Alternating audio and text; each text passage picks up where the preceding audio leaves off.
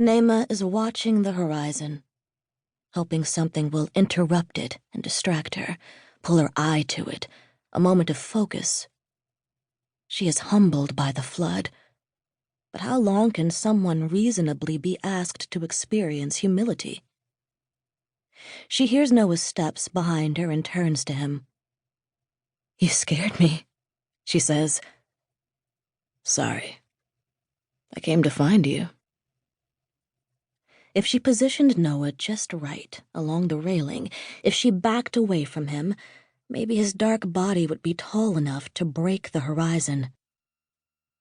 "I don't feel well," she says. "Sick?" He puts his arms around her waist.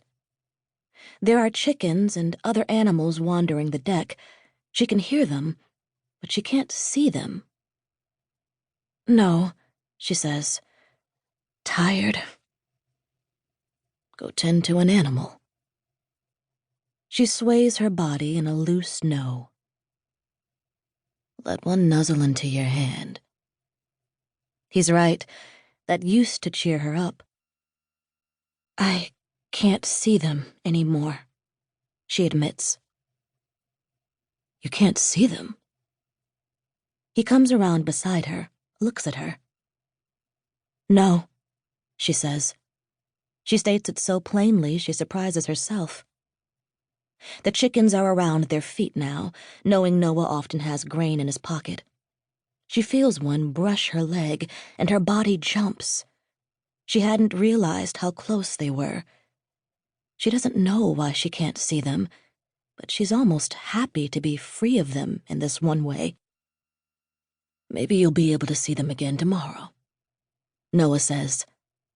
But that makes her feel worse. She squeezes her eyes shut. Noah puts his hand on hers. "Come to bed, won't you?" "It smells down there," she says. "Then we'll sleep up here tonight. I'll get blankets." "Okay," she agrees, and he is already off with purpose in his quick step. Sleeping on the deck is cold, even under the blankets and folded into Noah, against his large, flat stomach. She remembers nights in the desert, in the tent, sleeping in this same position but warm.